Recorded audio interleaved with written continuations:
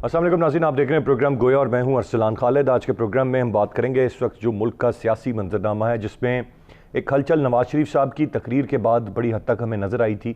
उसके बाद कहीं पर गद्दारी की बात की गई, कहीं पर गद्दारी का मुकदमा दर्ज कराया गया और उसके बाद बड़ा वाज़ेह तौर पर पाकिस्तान तहरीक इंसाफ ने यह मौक़िफ़ इख्तियार किया।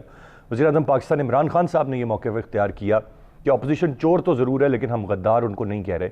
और जो ज़राए से हमारे पास ख़बरें हैं, उसके मुताबिक काबीना में मुख्तलिफ वज़रा की राय थी कि नवाज शरीफ साहब की जो तकारीर हैं वो गद्दारी के ज़ुमरे में आती हैं, लेकिन इमरान खान साहब ने सियासी तौर पर किसी को इंतकाम का निशाना बनाने से गुरेज़ करने की बात की है और साथ साथ गद्दारी के सर्टिफिकेट ना बांटने की भी बात की है।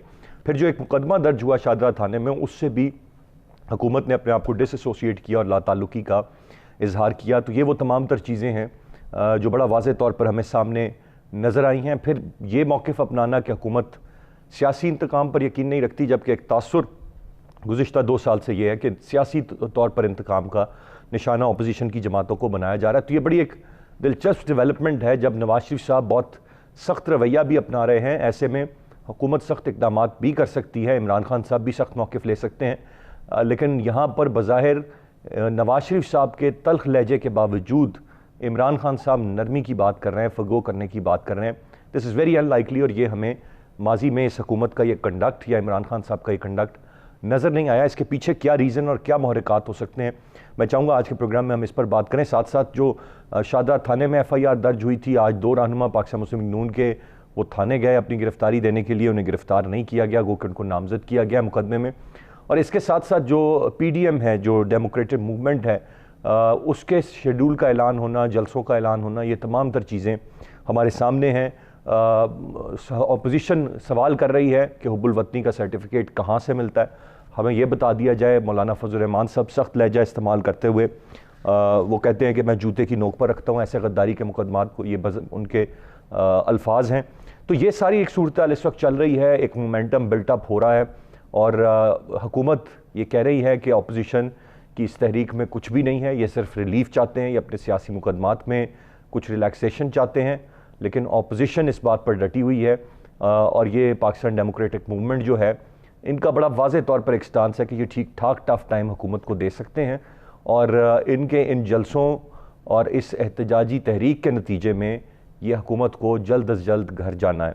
अब सवाल यह है कि आया ये हुकूमत घर जाएगी, नहीं जाएगी, किस हद तक प्रेशर बिल्टअप ये अपोजिशन कर पाएगी और किस हद तक ये प्रेशर जो गवर्नमेंट है वो बर्दाश्त कर पाएगी।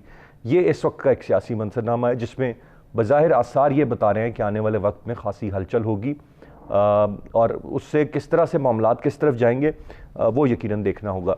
ये अहम इश्यूज़ हैं और पॉइंट्स हैं इस वक्त जिस पर मैं चाहूँगा आज के प्रोग्राम में हम बात करें।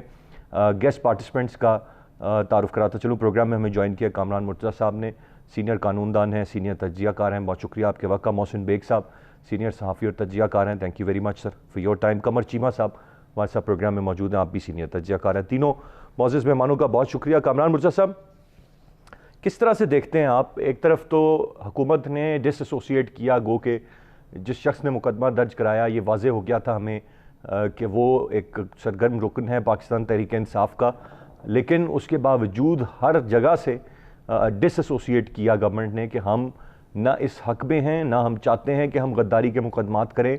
और फिर इमरान खान साहब का ये कहना कि हमारी हुकूमत सियासी इंतकाम के हक़ में नहीं है, जबकि आप लोग या बहुत सारी जमातें ये मौक़िफ़ रखते हैं कि ये सिर्फ़ और सिर्फ सियासी इंतकाम है और इमरान खान साहब सुबह से लेकर शाम तक किस तरह किसी को इंतकाम लेना है यही सोचते रहते हैं। लेकिन खान साहब जो वज़ीर-ए-आज़म पाकिस्तान है, उनका ये स्टेटमेंट कैसे इसको आप ले रहे हैं और कैसे देखते हैं?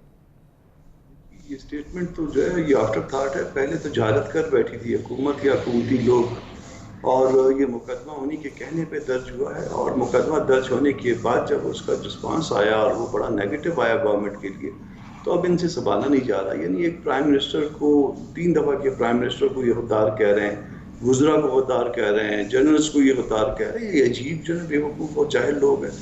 उस जब ये सब कुछ हो गया तो उसके बाद जब लोगों ने इस पे बात शुरू की और इस पे इन पे तनकीद शुरू हो गई, तो फिर ये इनसे संभाली नहीं गई। फिर उसके बाद जो है ना वो यू टर्न के मास्टर ने फिर यू टर्न लिया है दोबारा कि नहीं जी हम तो इंतकाम इंतकाम नहीं लेते और इस तरह से नहीं होना चाहिए, गद्दारी के मुकदमे नहीं होने चाहिए।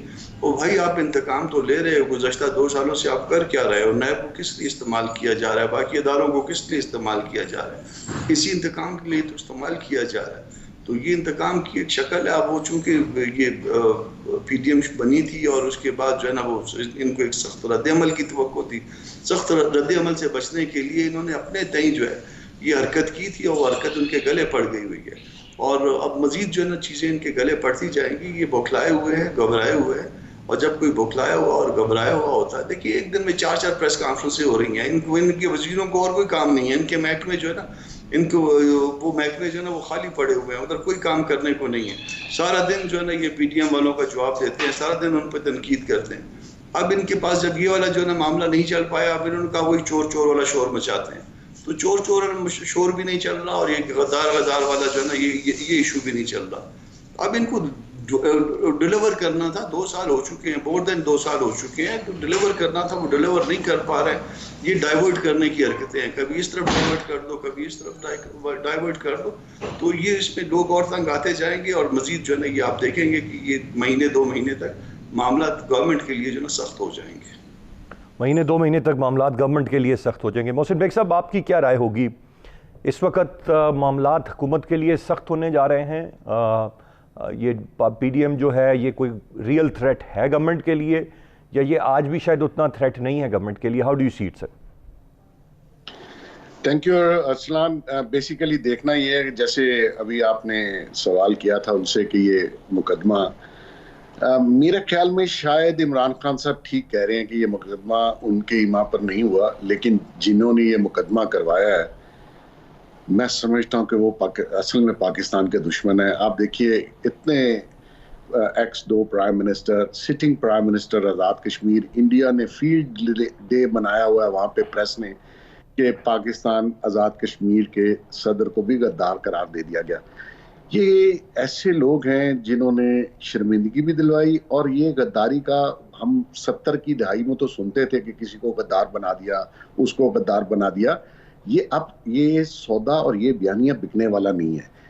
आपका सवाल था कि रियल थ्रेट PDM है, बिल्कुल है। PDM अगर अपना इत्तेहाद बरकरार रखती है तो थ्रेट ज़रूर है। और जहाँ तक इस मौजूदा गवर्नमेंट का तल्लक है, आपने परफॉर्मेंस दिखा के आपने अपोजिशन को नीचे दिखाना था। आपने पहले पार्लियामान में 2 साल अपनी वजह से लड़ाई डाली रखी। आज भी आपके कुछ एडवाइजर, कुछ मिनिस्टर ऐसे हैं जिनका कोई स्टेक नहीं, जिनको जानता कोई नहीं, उनकी शनाख्त इमरान खान है, उससे पहले ना उनको पॉलिटिक्स का कोई एक्सपीरियंस है, ना सोशली उनका कोई मकाम है इस मुल्क में। वो आग भड़का रहे हैं, वो रोज एक ऐसा बयान पे बयान, एक सर्कस लगा दिया है। अगर ये पॉलिटिकल स्टेबिलिटी नहीं आती, इकॉनमी आपकी पहले ही डूबी हुई है, अगर हालात खराब होते हैं ये मुल्क जो है बिल्कुल डूब जाएगा। आप माइनस ग्रोथ में जा रहे हैं। आपने एक काम किया 2 साल में, टैक्सेस बढ़ाओ, प्राइसेस बढ़ाओ, फंड इकट्ठा करो। ये ज्यादा देर चलेगा नहीं। आपने रियल ग्रोथ को और रियल इकॉनमी को ऊपर उठाना था, वो आपसे नहीं हो सका। क्यों? कि आपने एक ही टारगेट रखा कि अपोजिशन को खुदा के लिए ये 22 करोड़ लोग हैं, इनका कुछ सोचें, अपोजिशन छोड़ दें। अगर उनके कोई करप्शन के केसेस हैं या उनके जो भी नैब में केसेस चल रहे थे वो चलने दें, बजाय इसके कि आप एक सर्कस लगा के, आप देख लें चैनल्स पे, अखबारों में एक सर्कस लग गया है, पूरी दुनिया अपसेट है। आपने एक नया पंडोरा बॉक्स खोल दिया और जो रियल काम आपके करने वाले थे, ये वुज़रा के या आपकी टीम के, उस तरफ आपका ध्यान ही नहीं है। मुल्क नीचे की तरफ जा रहा है, आप अपोजिशन को रगड़ने में लगे हुए हैं। भी आपने करना क्या है इस मुल्क में? तो ये जो आने वाले दिन हैं, मैं समझता हूँ इस मुल्क के लिए अच्छे नहीं होंगे। इन दोनों को रिस्टेन करना चाहिए, और खासकर गवर्नमेंट को। ये जो कुछ लोग इसमें आग पे तेल डाल रही है ना, ये इस मुल्क के हक में नहीं है। और ये आने वाले दिनों में अगर हालात खराब होते हैं तो यकीन कीजिए ये बहुत ही नुकसान होगा इस मुल्क का। राइटली सेठ जी, ये नुकसान होगा, इस मुल्क का नुकसान होगा अगर हालात ख़राब होते हैं। यकीनन ये तमाम तर चीज़ें। सर एक ब्रेक की जाने मुझे बढ़ना है, ब्रेक से वापस आकर मज़ीद बात करते हैं, साथ रहिएगा।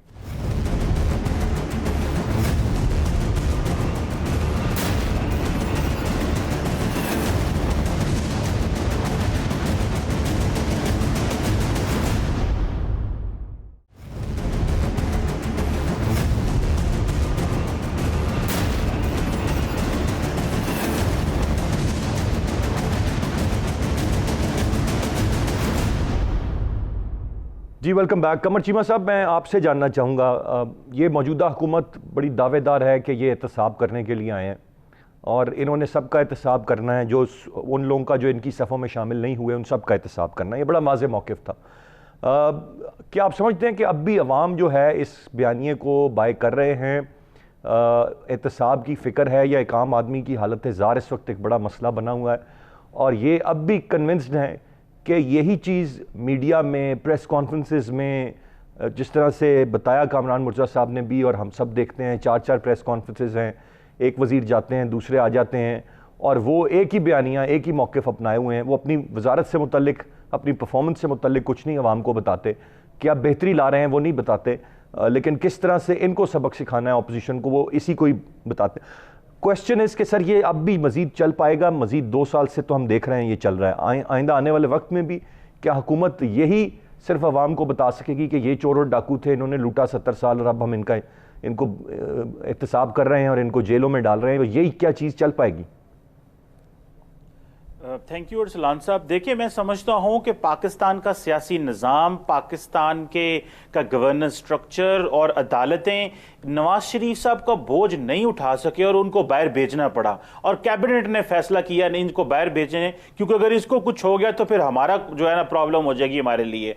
तो अगर मुकदमे जेन्युइन है, बंदे को सजा देनी है तो फिर उसको रखें ना, फिर इंतजार करें। जी खान साहब की 26 साल की स्ट्रगल है तो हम कहेंगे जी खान साहब ने क्योंकि अवाम से वादा किया था कि सजाएं देनी है, तो नवाज शरीफ हो, जैद हो, बकर हो, वो जेल में रहेगा जो भी हो, लेकिन कोई उनका बोझ नहीं उठा सका और वो बाहर चले गए। उल्टा एहतसाब जो है वो जहांगीर तरीन और अपनी पार्टी के अंदर जो है वो चीजें इन्होंने खोल ली हैं।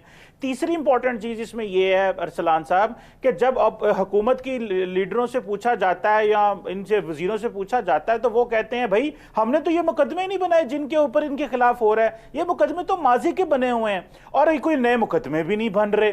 सो मुझे तो समझ इस चीज की नहीं आ रही कि अगर आपने एहतसाब का नारा लगाया है तो फिर उसे टूथ एंड नेल उसको ऑन करें और फिर भले कम वोट में वाली सिचुएशन में आप चले जाए, भाई ये चीज है, लेकिन आप कॉम्प्रोमाइज भी करते हैं, आप एहतसाब भी करना चाहते हैं। सो ये जो सोच है, लेकिन वो खान साहब का एक चीज तो नजर आ रही है कि खान साहब ना वजन उठा सके अपने एहतसाब करने का, उनके साथ जो इर्द गिर्द अदारे हैं, गवर्निंग स्ट्रक्चर है, मीडिया है या अदालतें हैं, वो सारे स्ट्रक्चर ने उनको सपोर्ट नहीं किया या वो इस काबिल नहीं रहे कि वो एहतसाब कर सकें। आगे जाके अगर देखा जाए अभी की जो पोजीशन है, अनफॉर्चुनेटली जो चीज नजर आ रही है, जो चीज मुझे परेशान करती है as a student of politics Arsalan साहब, वो ये है कि हमारी सारी की सारी लीडरशिप का समेत इमरान खान साहब के जो रवैये हैं वो जमहूरी रवैये ही नहीं है।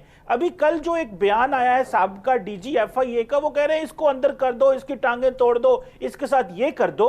भाई आप हुकूमत कर रहे हैं, ये क्यों भूल जाते हैं कि इनकी 26 साल की स्ट्रगल है, आए किस काम के लिए थे और करना क्या है। सो अगर हमें इकोनॉमिक ग्रोथ देनी है, हमें डेवलपमेंट की तरफ लेके जाना है, तो मैं समझता हूं एक ग्रोथ इंक्लूसिव होगी। आप एहतसाब भी करें, आप अपोजिशन के साथ डायलॉग भी करें, इनके साथ मिलके हाउस को चलाएं। सारा एहतसाब एक दफा इमरान खान साहब नहीं कर सकते, उनको इस चीज का पता होना चाहिए, उनके पास इतना मैंडेट नहीं है। बड़ी मुश्किल से तो गवर्नमेंट बनी उनकी पार्लियामेंट के अंदर कोalition फोर्सेस के साथ, ना वो ब्यूरोक्रेसी को कंट्रोल कर रहे हैं। साहब, you think ये रियलाइजेशन ही है जो हालिया बयान है वजीर आजम साहब का कि हमारी हुकूमत सियासी इंतकाम के हक में नहीं है, ये रियलाइजेशन है या ये फॉर अ चेंज वो कह रहे हैं, ये क्या है ये बयान उनका? देखिए, मैं समझता हूं कि जो इमरान खान साहब कह रहे हैं कि इंतकाम, अगर उनके मुताहिद साबका ब्यूरोक्रेट्स की बातें सुने तो फिर तो आपके सामने सिचुएशन है। तो ये तो ऐसे तो नहीं लगता कि वो साबका ब्यूरोक्रेट है, वो 22वें ग्रेड का बंदा है, जो उसने इंटरव्यू दिया उसने क्या कहा है। सो मुझे ऐसे लगता है कि खान साहब पब्लिक के लिए कुछ और कह रहे हैं, लेकिन खान साहब के अंदर कोई गुस्सा है ऑपोजिशन के बारे में या कुछ लोगों के बारे में जो शायद जा नहीं रहा। और मैं कहूंगा कि आपकी अगर 26 साल की स्ट्रगल है तो खुदारा यहां जमहूरी रवैयों को प्रमोट करें। अगर सारी सियासी पॉलिटिकल क्लास मिलकर जमहूरियत की बात करती है तो थोड़ा सा डेमोक्रेटिक हो। अगर खान साहब को इस बात का पता होना चाहिए, मैं कहूंगा बार बार, कि वो अकेले स्विफ्टली इतनी जल्दी 5 सालों में एहतसाब नहीं कर सकते।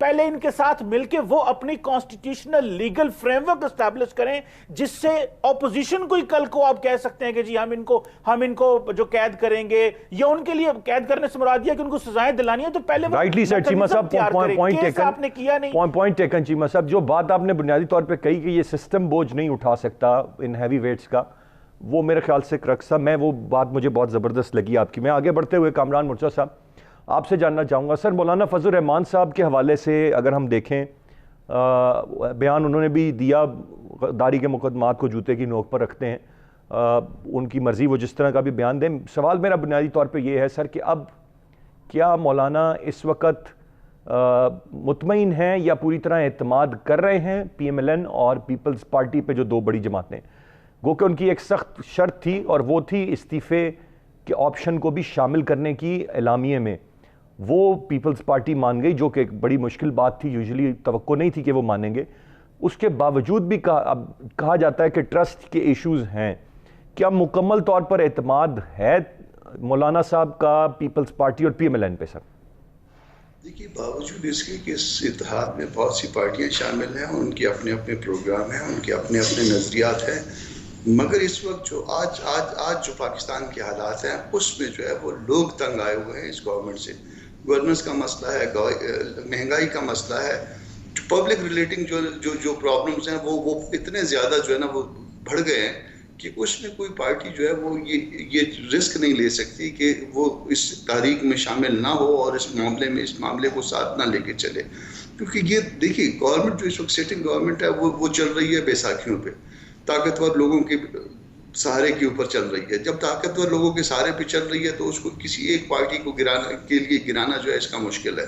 जैसे हमने एक अटेम्प्ट की, हमसे नहीं हो पाया, हम वापस चले गए, हमारे से कमिटमेंट भी हुई चौधरियों के जरिए और कहा गया कि जी इसमें जो है ना मार्च के बाद जो है ना ये गवर्नमेंट नहीं रहेगी। उसके बावजूद जो है ना अब जो जितनी पार्टियां सारी की सारी अपोजिशन, ये जितने 12 पार्टियां 11 पार्टियां हैं, इनका वोट बैंक देखिए, उस वोट बैंक से ज्यादा है जो क्लेम किया जा रहा है कि इमरान खान और उनके अलायंस ने लिया। तो ये अब इस वक्त जो है ना वो अक्सरियत कह रही है इनको, अकलियत को, कि अब आप जान छोड़ दीजिए। और ये अक्सरियत का मेरा ख्याल है कि ये मजबूरी भी है, क्योंकि पब्लिक की डिमांड है। अगर हम में से किसी पार्टी की कोई ये इशू हो भी कि जी नई सिस्टम को जो ना चलने दिया जाए, मगर वो ये बात जो है ना उस सबऑर्डिनेट हो जाएगी उस बात के, पब्लिक की डिमांड के। और पब्लिक की डिमांड चूंकि अब इस गवर्नमेंट से लोग तंग आ चुके हैं, तो इसमें मेरा ख्याल है कि अब किसी के लिए बैकआउट करना जो है वो बहुत मुश्किल होगा, या इस इत्तेहाद को छोड़ के जाना जो है वो बहुत मुश्किल होगा, या इसके प्रोग्राम के मुताबिक न चलना जो है वो उनके बस में नहीं होगा। अब इस बात को, इस मामले को आगे चल के आप देखेंगे चंद दिनों में आगे पब्लिक खुद संभालेगी, इसको पब्लिक लेके चलेगी। और जब जिस चीज़ को पब्लिक लेके चलती है, फिर पार्टियां जो है ना, फिर लीडरशिप पब्लिक के पीछे चलती है। इस वक्त वो वक्त आ गया है कि जब अब लीडरशिप जो है ना वो इस पब्लिक की डिमांड के साथ लेके चलेगी। कामरान साहब, मुझे ये तो बात समझ में आती है कि बाकी सारी ऑपोजिशन की पार्टीज तो किसी हद तक जाने के लिए तैयार होंगी, but I fail to understand कि पाकिस्तान पीपल्स पार्टी क्या हासिल करेगी आप लोगों के साथ चल के। और सवाल ये है कि आया वो साथ देंगे या नहीं देंगे। एतमाद उन पे नहीं था, तभी इस्तीफे का ऑप्शन भी शामिल करवाया गया, लेकिन क्या हतमी है कि वो इस्तीफ़ा देंगे या नहीं देंगे? और वो क्यों सिंध गवर्नमेंट छोड़ेंगे, जबकि उनको पता है कि दोबारा भी इलेक्शन में शायद अब तक जितना उनका वर्कर मोबिलाइज है, उन्होंने सिंध में ही गवर्नमेंट बनानी है। उसकी रीजन है पाकिस्तान पीपल्स पार्टी कंट्री वाइड जो है ना वो एक बड़ी जमात थी, या अब भी आप कह सकते हैं कि बड़ी जमात है। अब आया क्या, उसने एक सूबे तक महदूद होना है, उसने अपने आप को हमेशा के लिए एक सूबे में महदूद कर लेना है, ये एक बहुत बड़ा सवाल है। तो आंसर इसका नेचुरली ये होगा कि नहीं। अगर आप इनका माजी देखें, जुल्फ़िकार अली भुट्टो से देखें, बीबी बेनज़ीर से देखें, तो मेरा ख्याल है कि बिलावल कभी भी ये नहीं चाहेगा कि वो सिर्फ एक सूबे की गवर्नमेंट के ऊपर या एक सूबे की पॉलिटिक्स के ऊपर इक्तफा करे। वो ये चाहेगा कि वो पाकिस्तान की पॉलिटिक्स करे, वो अपने नाना के नक्शे कदम पे चले, वो अपनी माँ के नक्शे कदम पे चले। तो जब वो नाना और माँ की नक्शे कदम पे चलना चाहेगा, तो वो फिर जो है ना वो आगे फ्रंट फुट पे खेल के पॉलिटिक्स करेगा। मेरा ख्याल है कि वो अपने आप को जो है ना इस लालच में नहीं उलझाएगा, इस जाल में नहीं उलझाएगा कि आपके पास तो जो है ना पहले ही जो है ना एक सूबे की गवर्नमेंट है और आप तो फिर आइंदा भी अगर आ सकते हैं तो इसी सिंध तक आ सकते हैं। क्यों सिंध तक आ सकते हैं? मेरा ख्याल है कि पीपल्स पार्टी का जो है किसी ज़माने में गढ़ जो है वो पंजाब रहा है, दूसरे सूबे रहे हैं, KPK रहे, बलूचिस्तान में उन्होंने गवर्नमेंट बनाई। तो ये इसके बाद जो है ये पीपल्स पार्टी को ये महदूद कर देना या उसको एक स्कोप देना कि जी आपका तो जो है ना बस इतना छोटा सा जो है ना स्कोप है और आप इसी में रहेंगे, तो बिलावल जो है ना अगर ये करेगा तो बहुत बड़ी गलती होगी। और फिर जो मैं समझ पाया हूँ वो ऐसा कभी भी नहीं करेगा, या उनकी पार्टी ऐसे कभी नहीं करेगी। उसमें पार्टी में बड़े बड़े लोग हैं, बड़े बड़े सोचने वाले और समझने वाले लोग हैं। वो कभी भी अपने आप को एक सूबे के अंदर जो है ना अपना किरदार राइटली सेड कमरान रमज़ा साहब, ये आपका एनालिसिस हो गया, लेकिन बेग साहब, मोहसिन बेग साहब, क्या आप समझते हैं कि तैयार है पाकिस्तान पीपल्स पार्टी भी इसके लिए? और साथ साथ किस हद तक इस वक्त आप ट्रस्ट देखते हैं इन जमातों में जो PDM में शामिल हैं, एक दूसरे पर किस हद तक एतमाद है, ख़ास तौर पे जो 2-3 बड़ी पॉलिटिकल पार्टीज़ हैं उनकी बात कर रहा हूँ।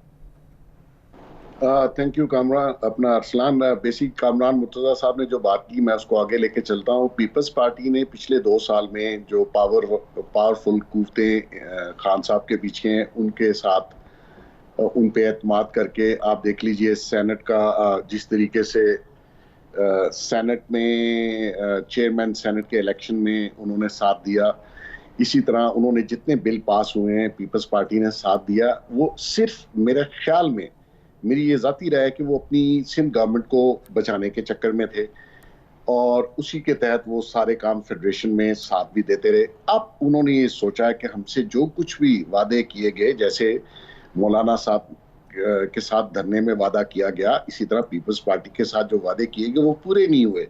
उन पे केसेस भी बन रहे हैं, वो जेल भी जा रहे हैं, उनकी सिस्टर भी जेल जा रही है, रोज एक नया पंडोरा बॉक्स खोला जा रहा है। तो अब आके पीपल्स पार्टी ने ये सोचा इनफ इज इनफ। मैं समझता हूँ दे आर सीरियस। वो इस इत्तेहाद से बाहर नहीं जाएंगे तो बहुत बड़ा नुकसान करेंगे। इस वक्त इस इत्तेहाद का टूटना बहुत बड़ा नुकसान होगा। मेरे ख्याल में पीपल्स पार्टी कभी इस इत्तेहाद से बाहर नहीं जाएगी। वो होस्ट थे, उन्हीं के ईमा पर सबको बुलाया भी गया।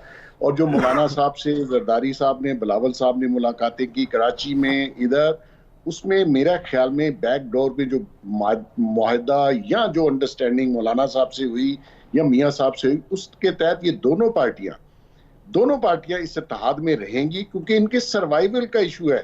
खान साहब को ये समझ नहीं आई कि सारी इस इत्तेहाद में जितनी पार्टियां हैं, आपके रवैये से, आपने पार्लियामान में और पार्लियामेंट के बाहर इन सारे लोगों के साथ जो रवैया रखा, उसकी वजह से इकट्ठे हो गए और इनको फिर रास्ता कोई नहीं मिला। जब आप इनको कोई रास्ता देने के लिए तैयार, अपोजिशन को देखिए, ये पार्लिमानी और जमहूरी रवायात का तरीका है कि एक हुकूमत है और एक अपोजिशन है। अपोजिशन को आप रास्ता देते हैं, आप ये नहीं करते कि उनको बिल्कुल कॉर्नर कर दें और एहतसाब के नाम पे आप सारे अदारे उन पे चढ़ दौड़ाएं। सही या गलत मैं उस बहस में नहीं जाऊंगा, लंबी बहस है, लेकिन बजाय ये लगता है कि आप ये सारा काम करवा रहे हैं अपोजिशन के खिलाफ, जो कि आज उस इंजाम पे पहुंचे कि वो इकट्ठे होके वो सीरियस होंगे, वो सड़कों पे आएंगे। इस मुल्क का नुकसान होगा। गवर्नमेंटें तो आती और जाती रहती हैं, पहले भी बहुत आई हैं, फ्यूचर में भी बहुत आएंगी। और मैं आपको एक बात बता देता हूं कि जिस तरीके से ये गवर्नमेंट और गवर्नेंस कर रहे हैं, अगर ये लोग सड़कों पे आ गए तो इनसे हैंडल नहीं होने। राइटली सेड बेग साहब, पॉइंट वेल टेकन। सर एक ब्रेक की जाने मुझे बढ़ना है, ब्रेक से वापस आकर मजीद बात करते हैं, साथ रहिएगा।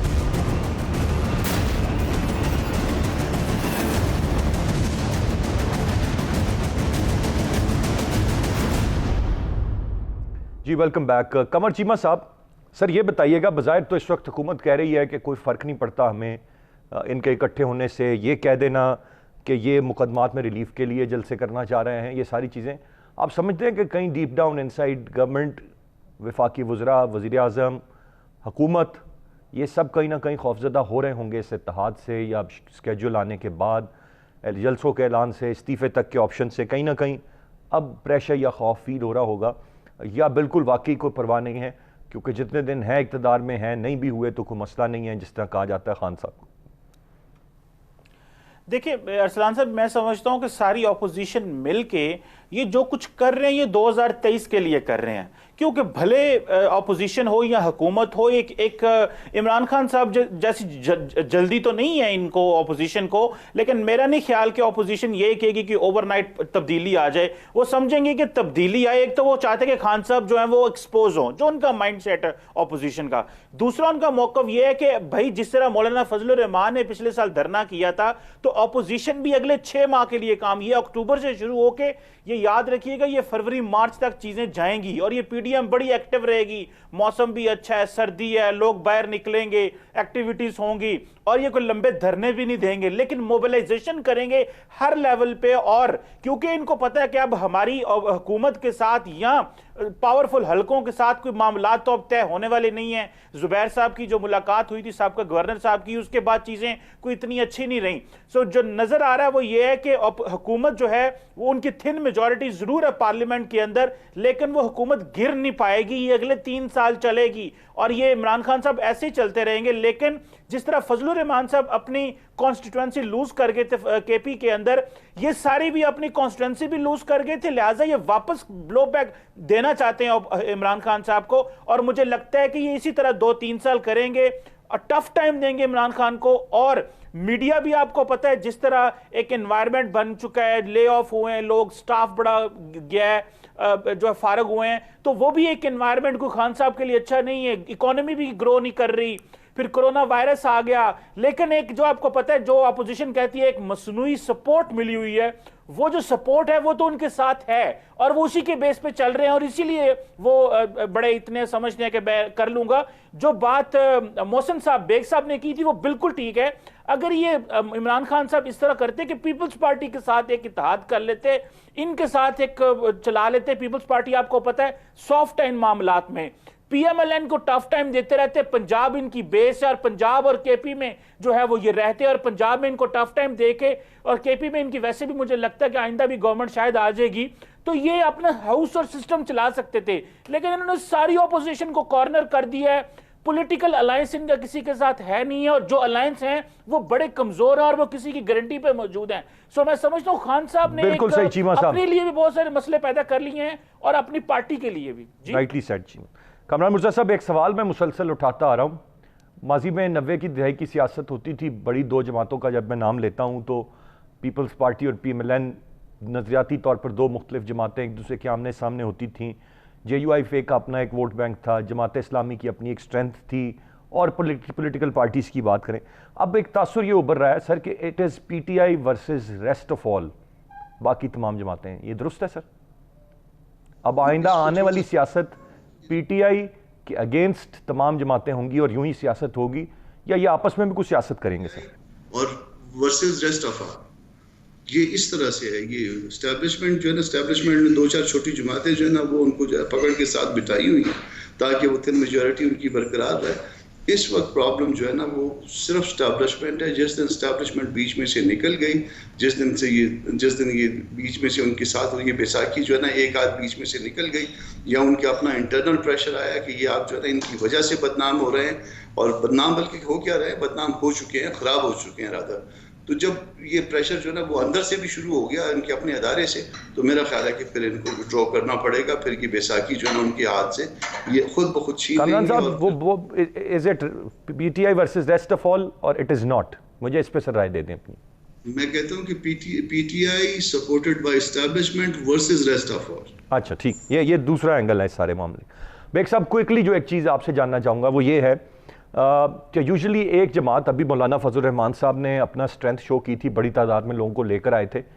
एक जमात, उसका नज़रियाती वर्कर, ये तो हमने देखा है जब जब निकाला है उसने, वो कोई भी जमात हो तो उसका निकलता है एक नज़रिए पे, एक लीडर के पीछे। ये जब कलेक्टिवली एक ही स्टेज पर मौलाना फजल रहमान साहब से लेकर मरियम साहिबा से लेकर बिलावल साहब से लेकर सब मौजूद होंगे, तब कैसी सपोर्ट आप एक्सपेक्ट करते हैं? क्योंकि ये एक ऐसी चीज़ होगी जो शायद माजी में हमने नहीं देखी हुई। ये पहली दफ़ा हम देख रहे होंगे कि मुश्तरका जलसा हो रहा है पीपल्स पार्टी, PMLN, JUIF का और बाकी जमातों। इसमें पब्लिक रिस्पांस कैसा आप देखते हैं? प्रिसाइजली सर बता दीजिए। देखिए असलाम, बेसिकली भुट्टो साहब के खिलाफ भी 9 पॉलिटिकल पार्टीज ने इत्तेहाद बनाया था। उसमें भी बहुत मुख्तलिफ ख्याल किस्म की पॉलिटिकल पार्टीज थी। इत्तेहाद जब बनते हैं इलेक्शन में या इस किस्म की सिचुएशन में, मैं मुर्तज़ा साहब की रिस्पेक्ट करता हूँ। उन्होंने कहा कि पीटीआई वर्सेस ऑल, मैं समझता हूँ ऐसा नहीं होगा। ये सारी पॉलिटिकल पार्टीज अपनी नज़रियात रखती हैं, अपने अपने ताई अपने नज़रियात के तहत ये इलेक्शन लड़ेंगी और इलेक्शन में जाएंगी अपने मंशूर के तहत। हाँ, अगर ये इत्तेहाद बना है, ये इत्तेहाद एक ख़ास मकसद के लिए है। और मेरे भाई चीमा साहब ने जो फरमाया कि ये इमरान खान साहब ऐसे ही हुकूमत करते रहेंगे, ऐसे हालात में हुकूमतें नहीं चला करती। और जो सपोर्ट है एक रियलिटी तो ये ना, आज ये इकट्ठे स्टेज शेयर कर रहे होंगे और कल एक दूसरे के खिलाफ 2023 में ही कह लीजिए इलेक्शन लड़ रहे होंगे। एक हल्के से पीपल्स पार्टी का कैंडिडेट भी होगा, पीएमएलएन का भी होगा। वो नजरियात कहाँ जाएंगे, उनका क्या मौकिफ रहेगा? मैं तो इस लॉन्गर रन में नहीं देखिए, नहीं बिल्कुल आप गलत साइड पे जा रहे हैं। बिल्कुल एक दूसरे के खिलाफ इलेक्शन लड़ेंगे और ये जमहूरियत में होता है। अगर जमात इस्लामी का और एएनपी का इत्तेहाद हो सकता है तो दुनिया में हर पार्टी का इत्तेहाद हो सकता है। इसमें कुछ मॉडरेट पार्टीज हैं, एक दूसरे के खिलाफ लड़ेंगे, लेकिन ये इत्तेहाद एक मकसद के लिए है। इलेक्शन का इत्तेहाद नहीं है, इंतखाबी इत्तेहाद नहीं है कि आपने सीटें एडजस्टमेंट करनी है, ऐसा कुछ नहीं है। मकसद ये है कि आपने अपनी गलती और अपनी नाअहली की वजह से इंसानों को इकट्ठा कर दिया एक मकसद के लिए। वो मकसद मुर्तजा साहब ने भी बयान कर दिया कि एस्टेब्लिशमेंट पीछे है। और मैं आपको हिस्ट्री के बिना पर बता रहा हूं कि ऐसे अगर ये सड़कों पे निकल आए, हालात खराब हो गए। जो सपोर्ट जिसकी तरफ उन्होंने इशारा किया वो सपोर्ट नहीं रहेगी। मैं क्विकली सर, चीमा साहब मेरे पास कुछ आखिरी 1-2 मिनट है, मैं चीमा साहब की भी राय इस पर लेना चाहूंगा। चीमा साहब, वो जो मेरा कंसर्न है वो पता नहीं शायद आप तक कन्वे हो पा रहा है या नहीं, और क्या कोई असरअंदाज ये चीज़ होगी इकट्ठे स्टेज शेयर करना इन जमातों का, कल को इलेक्शन में जाना है, कैंडिडेट्स ने खड़ा होना है। ये जिस तरह से बेग साहब ने फरमाया कि जमहूरियत है, क्या वर्कर, क्या सपोर्टर, वोटर इतना समझदार हो गया कि वो अंडरस्टैंड करेगा इस बात को और फिर एक नए जोश और वलवले से वो नारे लगाएगा पीएमएलएन के खिलाफ, पीपल्स पार्टी का, और पीपल्स पार्टी पीएमएलएन के खिलाफ? ये होगा इतना आसान?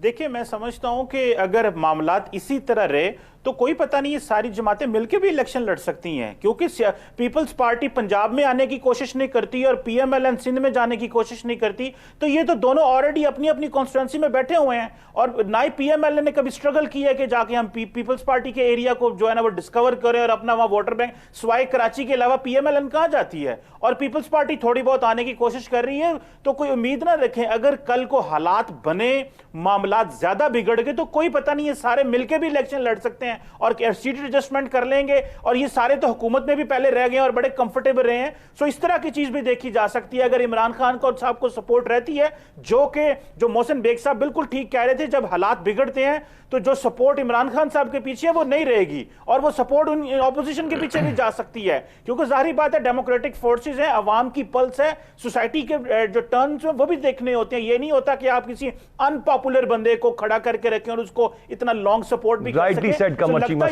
Rightly said sir, exceeding the time limit. बहुत शुक्रिया अदा करना चाहूँगा मैं अपने तीनों मौजूद मेहमानों का। गुफ्तगू आपने सुनी, मुख्तलिफ ख्यालात, मुख्तलिफ आरा पर हक़ाइक़ क्या होंगे और आने वाले वक्त में जो अब एक मामला चल पड़ा है ये किस सिमत जाकर थमेगा, ये सिर्फ हमें वक्त बताएगा। आज के प्रोग्राम से इतने ही। अरसलान खालिद को इजाज़त दीजिए, अल्लाह ने के बाद।